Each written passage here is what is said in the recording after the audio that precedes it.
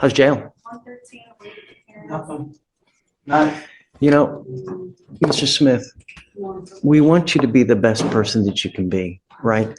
And part of what you need to do and what we're here to do is teach you how to grow up, to make better decisions. You know, you have no one that's going to bond you out. These are things that you think about when you go out. If you are hanging around with thugs, people will treat you like a thug. If you, perception is reality. That line right there, perception is reality, hits deep. The judge is basically saying your image can decide your future. It's not just about what you do, it's about what people see you doing. And that's a harsh truth in the justice system. These are things that you think about when you're out there, whether you're going to a party, whether you're hanging out with other friends who like to smoke weed, whether you're going to a park and you know that there are people that are not good for you and you're still doing that. These are decisions that you need to look at and to think, okay, if I do this now, what potential bad things can happen? I'm on bond for a criminal case and I don't have anyone to bond out. I got a test on Monday, yet when you're out there, always consider the negative of what can happen in every decision you make. You are now in jail. You've missed a test, allegedly, because I don't know for sure. You could be blowing smoke on my puppet. I would never even know, right? Am I supposed to feel sorry for you now that you have 2 assaults? No, sir. You just doing your job. Right. But what I want you to do is I want you to learn. And you got 2 assaults and you still haven't learned. So what do we do to ensure that you now, if You we can let feel you the go out tension in the street, here.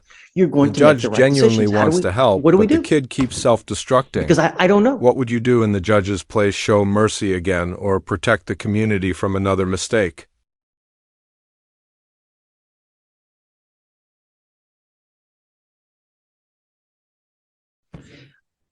I want to let you out. I don't want to keep you in. But you're your own worst enemy. If I let you out, I know that you're just going to continue to make a bad decision. So we're at an impasse. It's a dilemma. It's a fork in the road. Situation is a little different today, Judge, after a weekend in jail, seeing how easily Mr. Smith can lose his liberty if he is not 100% compliant with bond conditions. He hasn't just heard it from us now, he's actually experienced it. So that's different. And I would think that that matters to him as he understands how quickly things can change in his situation. How many times have we put him in jail? It's only the first time, Judge. We tested We him. revoke his bond once, am I not? No, I don't think we have any bond revocations. Tried it on Mr. No, we appeared initially and he had a drug test and we had a conversation. You admonished him, but this was the first time that he actually went in. And how many violations have we had? You It know, was only the one dirty UA, Judge. At least that we spoke about. here's my other, if I were to go send you for a drug test now, what would pop up? It's a rhetorical question. I don't want you to answer. But that's what I'm also thinking about. You know, me, you're in jail, you picked up a new case. I've repeatedly asked you to not smoke weed. You've tested positive already once. If I send you for a test now, what's going to happen? I don't know. All of that before he had to go to jail. Now he sat in jail and can't get out. There's no way for him to get out. He understands that.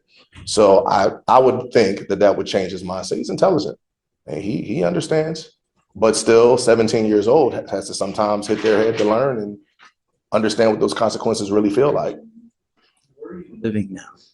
I stay with my best friend in Humble, Timber Forest. I just started staying there like 2 days before I came to court. You don't even have a stable home. Well, the order and the request of the state was to stay away from grandmom and don't go there and don't ever go back. So he hasn't. Have any other parental figures out there? No, sir. I don't really know too much of my family. Yeah, just pretty much. I don't know too much of my family. They really don't want nothing to do with me. So I just be alone.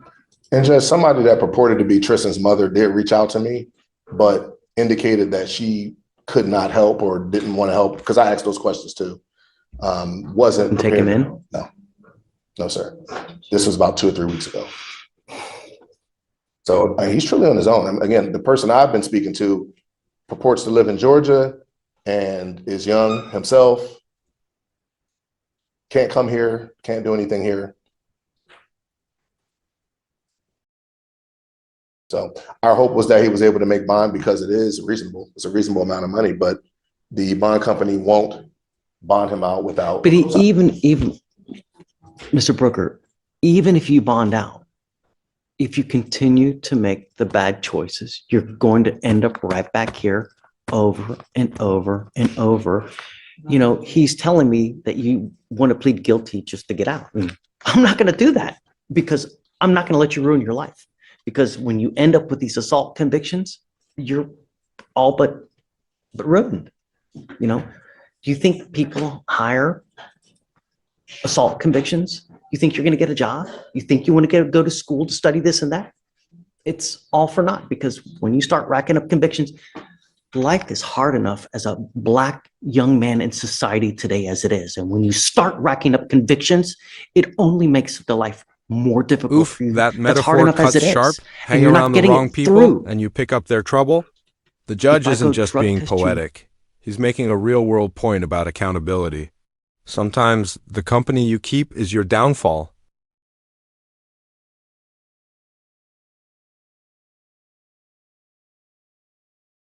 Now, what is the result? Even after months of me preaching to you not to use. I don't want you to answer the question. What I'm trying to break through to you is that I have repeatedly told you not to use. I've told you not to hang with dogs because you're going to get fleas, and not you caught yourself a damn flea. I don't know. I want to let you out, but I can't trust you. So where we are with it now, Judge, state made the offer. We understand your position on it, which I thought that would be the case, that you wouldn't accept that plea. So I'd like to move forward as quickly as we can. Who is the best friend that is you're telling me that you were going to stay with? How old is this person? She's 18. And who does she live with? On her own? No, she stayed with her mother. Her mother, me and her mother have had a talk about me staying there.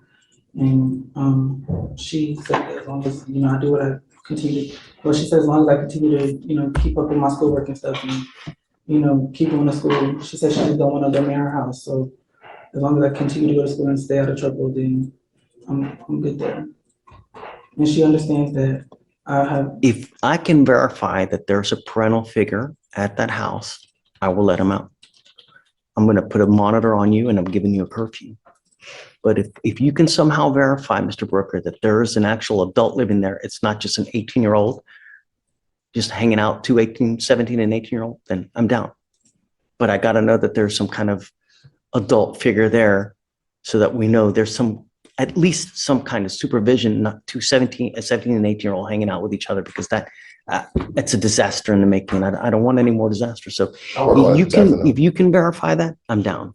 But I'm going to tell you now, you will be reporting here to me while you're on bond, and I'm going to test you on a weekly basis to make sure that you're not using. The next time you test positive, so help me. Do you understand?